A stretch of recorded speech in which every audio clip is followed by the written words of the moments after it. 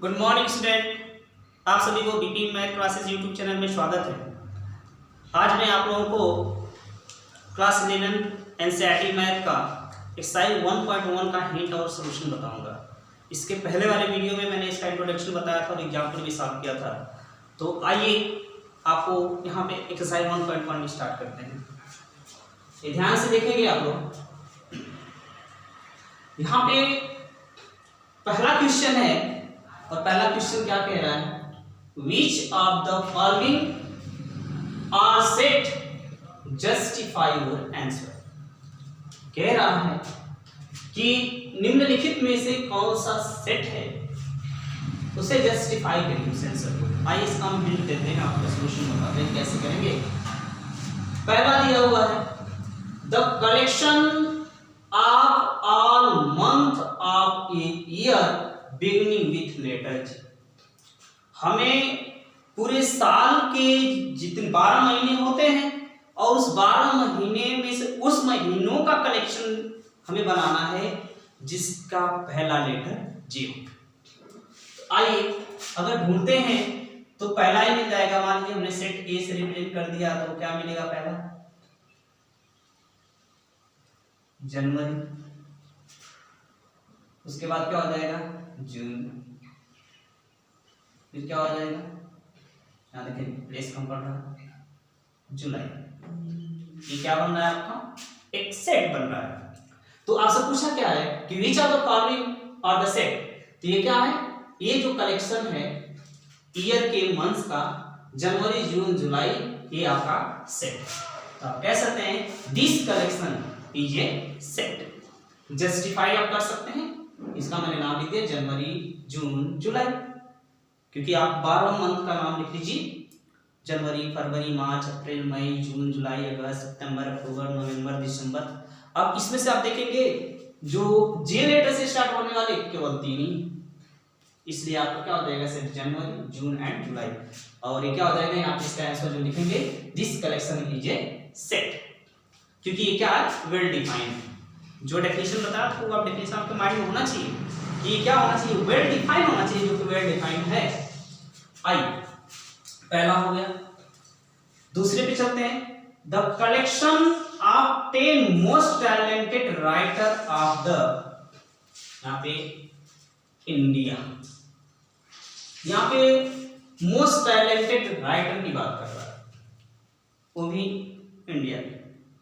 तो आप देखें जो अब इसका कलेक्शन आप देखेंगे तो हम किसी भी राइटर को लें तो हम जस्टिफाई नहीं कर सकते हैं, हम डिफेंड नहीं कर पाएंगे कि कौन टैलेंटेड है कौन नहीं। हो सकता है कुछ टैलेंटेड फ्रंट पे आए, कुछ टैलेंटेड छिपे हों। तो किसी की भी जो प्रतिभा है उसको जो है वेल डिफाइंड नहीं है। कोई आज कमजोर है, कभी भी टैलेंटेड के रूप में आपको दिख सकता है, तो ये वेल डिफाइंड कलेक्शन नहीं है। तो आप कह सकते हैं जो सेकंड है it is not a set, it is not a set, क्योंकि ये क्या है आपका एक वेजिव टर्म है। एजिव टर्म है मतलब इसको हम डिफरेंट नहीं कर सकते हैं। हम मोस्ट टैलेंटेड राइटर्स हम इंडिया में नहीं ढूंढ सकते। भाई किसको ढूंढेंगे,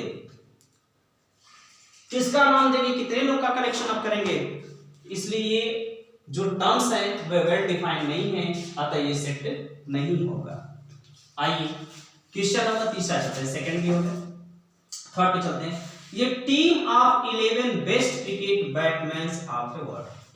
अब देखिए ये कह रहा है कि एक ऐसा विश्व का कोई एक ऐसा क्रिकेट टीम है जिसमें 11 खिलाड़ी क्या हो, बेस्ट हो ना। ए बी जो है वेल डिफाइंड नहीं है। जरूरी नहीं है कि सभी खिलाड़ी, जो सभी टीम के सभी जो क्रिकेटर हैं या जो पूरी टीम है वो बेस्ट नहीं हो सकती। तो ये क्या हो जाएगा, ए भी आपका वेल डिफाइंड नहीं है, ए भी सेट नहीं होगा, it is not a set, क्योंकि एक क्या है वेजिव टर्म ए भी है, इसको हम डिफरेंट नहीं कर सकते हैं। एक दूसरे से हम इसको कंपेयर नहीं कर सकते। हो सकता है कि कौन बेस्ट हो जाए, कभी खेल करके कोई बॉलर बेस्ट हो सकता है, कोई बैट्समैन, कोई कीपर, इसको हम क्लियर नहीं कर सकते हैं। अतः ये आपका जो कलेक्शन है वो वेल डिफाइंड नहीं है, इसलिए इसको हम सेट में नहीं रख सकते। आइए क्वेश्चन नंबर 4 पे चलते हैं। The collection of all boys in your class. अब देखिए कह रहा है कि आपके क्लास के जितने बच्चे हैं अगर उनको हम कलेक्शन बनाएं, उनका एक समुच्चय बनाएं और उसको इकट्ठा करें तो क्या वो सेट कहलाएगा? हाँ कहलाएगा, क्योंकि जितने भी क्लास के बच्चे होते हैं सभी बच्चे डिफरेंट होते हैं। तो यहाँ पे क्या होंगे, ये कह सकते हैं, यहाँ पे आप लिख सकते हैं it is a set, it is a set, ये सेट है क्योंकि क्लास में 30 बच्चे हैं, 30 बच्चों का क्या है हम कलेक्शन कर सकते हैं। अगर इसमें रंग रूप क्या कुछ अदर चीजें पूछता तो थोड़ा सा समस्या क्रिएट होती है, लेकिन बस स्टूडेंट को पूछा है तो जितने भी स्टूडेंट होंगे सब में क्या होता है वेरिएशन होता है, सभी स्टूडेंट एक तरह के नहीं होते हैं। तो इस तरह से इनका जो कलेक्शन है वो भी क्या हो जाएगा, सेट कहलाएगा। आइए क्वेश्चन नंबर 5 पे चलते हैं। The collection of all natural number less than 100। कह रहा है कि जितने भी नेचुरल नंबर है जो 100 से कम है उनका जो कलेक्शन है क्या वो सेट है? ऑफ कोर्स सेट है। हाउ? सी दिस, यहाँ पे n इक्वल्स टू क्या लिख सकते हो 1, 2, 3 डॉट डॉट डॉट, यहाँ पे आप लिख सकते हैं 98, 99, ये आपका क्या हो गया कलेक्शन हो गया। तो ये वेल डिफाइंड है क्योंकि 100 से लेस कह रहा है, हम इसका कलेक्शन कर सकते हैं 1 से लेकर के 99 तक, अतः ये क्या है, ये आपका एक सेट है। The collection of all natural number less than 100, ये क्या कहलाएगा आपका सेट कहलाएगा। आइए अब हम इसकी बात करते हैं। The collection of novels written by writer Munshi Premchand. देखिए मुंशी प्रेमचंद जो है इंडिया के बहुत ही बेस्ट जो नॉवेल्स हैं उपन्यासकार हैं। तो इनके जितने भी नॉवेल्स का जो हम कलेक्शन करेंगे ये वेल डिफाइंड है, चाहे वो गबन हो गोदान हो जितने भी है ये वेल डिफाइंड है, अतः इसे हम क्या कहेंगे, ये आपका नॉवेल भी क्या है आपका सेट है, लिख सकते हैं सेट। उम्मीद है कि आप लोगों को समझ में आ रहा होगा। 7 देखें, the collection of all even integer.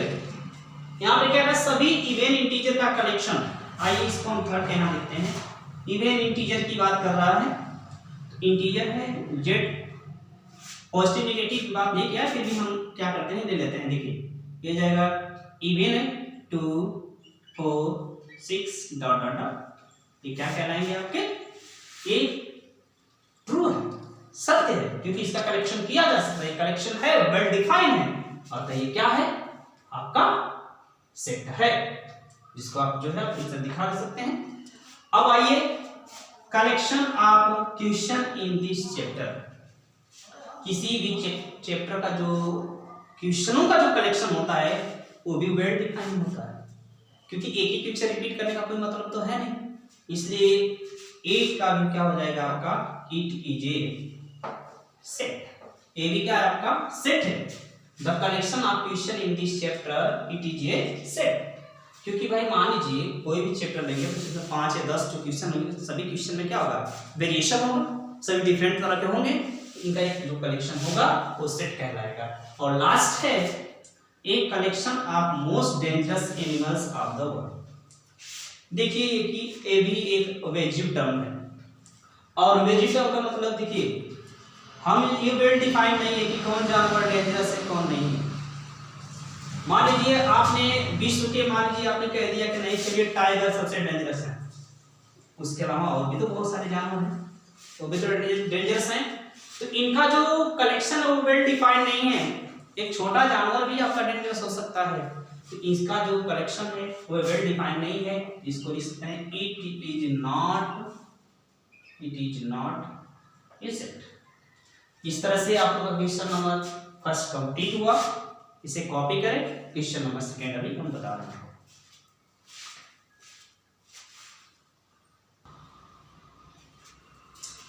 आइए स्टूडेंट क्वेश्चन नंबर सेकंड और थर्ड देखते हैं। क्वेश्चन नंबर सेकंड में क्या आस्क कर रहा है, क्या पूछ रहा है, देखिए क्वेश्चन को ध्यान से। Let a equals to curly brackets 1, 2, 3, 4, 5, 6 insert the appropriate symbol epsilon or not epsilon। epsilon का सिंबल है, इसको बोलते हैं, सॉरी या तो इसको बिलोंग्स टू कहें, सॉरी बिलोंग्स टू, ये किसका सिंबल है, बिलोंग्स टू का, ये belongs to, it does not belongs to. इस सिंबल को आप लिख सकते हैं यहाँ पे, ये होता है, इसको लिखा है बिलोंग्स टू,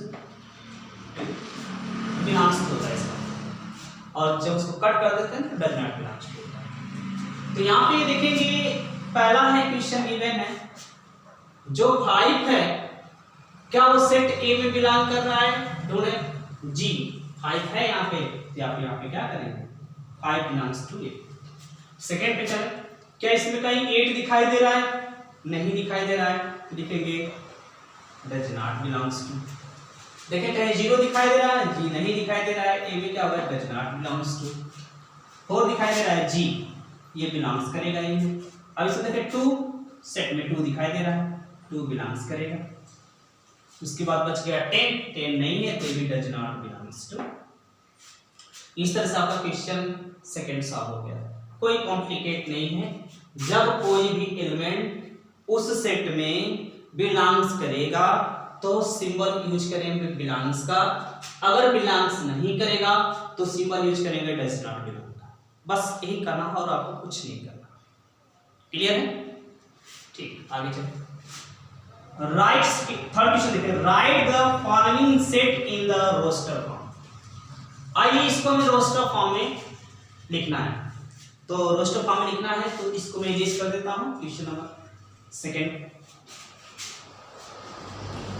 ध्यान से देखिए, यहाँ पे हम बारी बारी से क्या करेंगे, इसको पहला क्वेश्चन को जब यहाँ पे सॉल्व करेंगे तो क्या हो जाएगा, a इक्वल्स टू, इस सेट बिल्डर फॉर्म में गिवन है, ध्यान दीजिएगा, इसको रोस्टर फॉर्म में कन्वर्ट करना है। ये भी लिख सकता था कि यहाँ पे रोस्टर की जगह टेबल फॉर्म में लिख देता, तो उससे आप कंफ्यूज नहीं होंगे, नहीं तो कंफ्यूज होंगे तो फिर बहुत बड़ी समस्या क्रिएट हो जाएगी। क्योंकि आपको हमेशा याद होना चाहिए कि रोस्टर और set builder form, sorry roster और टेबल फॉर्म एक ही होता है और सेट बिल्डर फॉर्म अलग होता है। अब देखिए क्या दिया है, पहला x such that x is an integer and जो जितने भी इंटीजर होंगे वो -3 से लेकर के, यहाँ पे लिखा है x की जो वैल्यू होगी वो -3 से बड़ी बराबर भी हो सकती है, इससे बड़ी हो सकती है और 7 से कम होगी। तो कितने आ जाएंगे इसके बीच में हम राइट कर सकते हैं, -3, -2, -1, 0 और क्या आएगा 1 2 3 4 5 6 7 नहीं ले सकते क्योंकि 7 से लेस हो रहा है। पहला क्वेश्चन सॉल्व हो गया, बहुत इजी है, ज्यादा कॉम्प्लिकेट नहीं है। अब ध्यान से देखते हैं। अब देखिए क्वेश्चन नंबर सेकंड, यहाँ पे मैं सॉल्यूशन लिखा रहा हूं सर, सेकंड का देखें, b इक्वल्स टू लिख लीजिए, क्या करना है इसमें, x is a natural number is less than 6। हमें नेचुरल नंबर लिखना है जो 6 से कम हो, बहुत ही सिंपल है, 6 से कम क्या होगा 1 2 3 4 5, 1 2 3 4 5 कंप्लीट हो गया, क्योंकि लेस देन 6 है इसलिए हम 6 को नहीं लिख सकते। आइए तीसरा देखते हैं, तीसरा c इक्वल्स टू क्या दिया, x is a 2-digit natural number such that sum of its digit is 8। हम ऐसे नंबर 2 अंकों की ऐसी संख्या लें जिनका एक एडिशन क्या होगा 8 होगा। तो ध्यान से देखें, 11 हो नहीं सकता, 12 हो नहीं सकता, 13 हो नहीं सकता, क्योंकि 10 से स्टार्ट होता है 2 डिजिट नंबर। तो सीधे देखें 15 भी नहीं हो सकता, 16 भी नहीं हो सकता है, तो सीधे कहां से होगा 17 से। उसके बाद 17 के बाद आप आगे बढ़ते जाइए, क्या हो जाएगा 18 19 20 21। अब देखिए यहाँ पे 21 22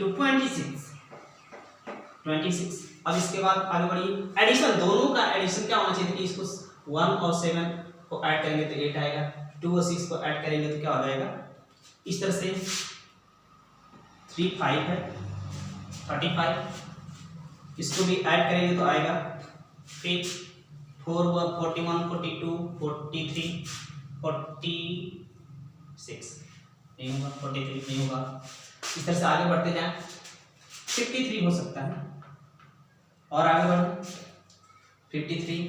देखिए आपसे कहाँ तक पूछा है कि x 2 डिजिट नेचुरल नंबर, हाँ क्योंकि 100 तक होता है। अब आगे बढ़े 53 के बाद जाएंगे तो 62 भी हो सकता है, उसके बाद 80, इसके बाद 81, अब उसके बाद मुश्किल है 70 26 35 53 62 80, और भी सोचे कोई हो सकता है